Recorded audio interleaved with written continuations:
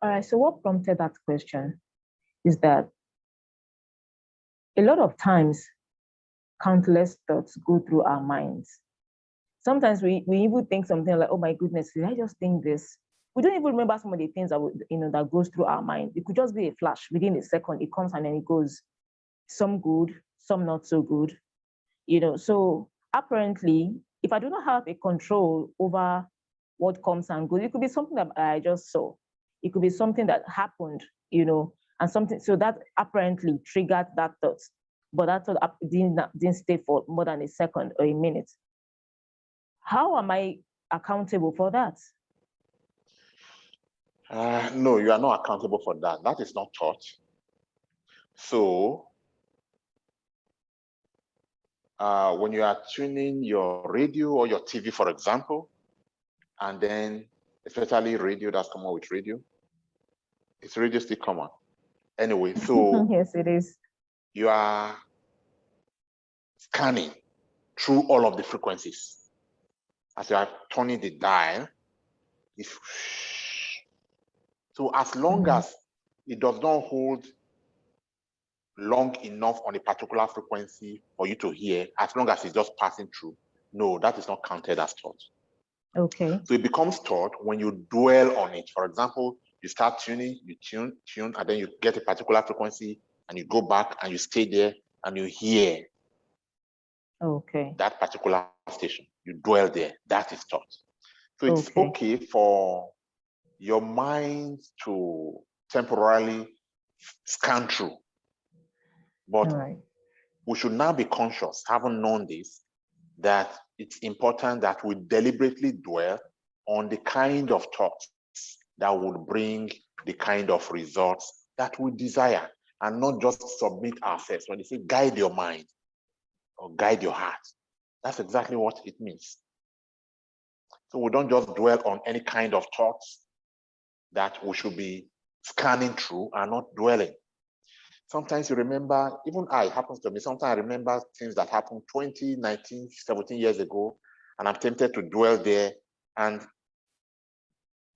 especially when these are negative things that will create anger and create remorse and all of that, I'm tempted to dwell there and then just be angry with myself for something that happened 19 years ago, or even if it was last year. It's not worth it.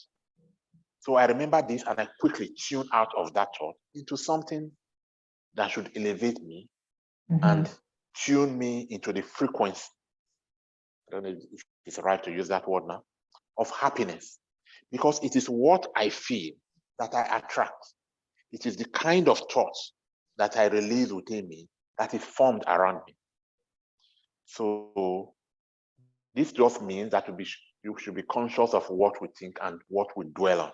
Not that other kinds of thoughts or all kinds of thoughts will not come to us, will not make themselves available, but we should consciously tune to the kind of thought that will bring the kind of result that we want.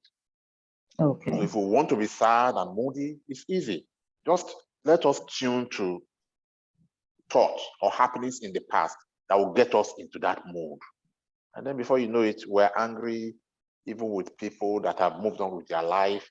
Something we claim that we have forgiven so many years ago is coming back to us, and we're wondering, why did he do that to me? If I had a chance, I'm going to do this. You're just punishing yourself by your thoughts. In the same vein, you could also decide, let me move out of that frequency into a frequency of something bliss that I remember, something that will give me joy. And then you dwell on that thought. And then, of course, you just find yourself smiling and you're happy. You're already creating a different aura, even from your own self, before the universe starts to bring them to you by your thoughts. All right, so fundamental, okay. All right, so at what stage of our lives are we responsible for the thoughts that goes through our minds? As long as you have control over your mind, there's no particular age when that happens.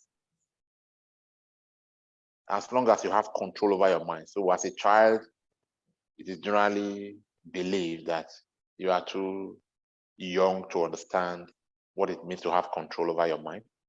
But as long as you have control over your mind, then you are held responsible for whatever you think. If for some reason, you do not have control of your mind, you do not have control of your mind, for example, because of insanity, I mean, somebody who is insane, I mean, Jenny, Yeah. the person we called a madman back then, he has no control of his mind. So he may not be liable for his own action. But as long as you are sane and you are in control of your mind, because there are so many other ways that you may not be in control.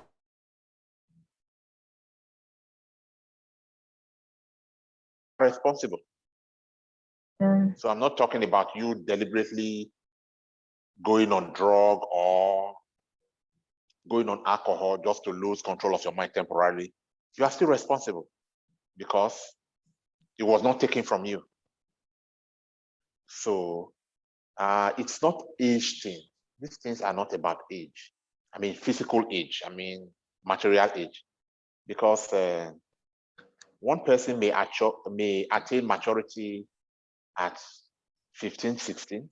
Another person at 40 is still struggling to grasp the meaning of life. Yeah. You know, still grasping to at 37. So usually at 40, you should have understood enough of all of this to say, okay, I want to start my life. By this understanding, I want to take control and take responsibility of my own life.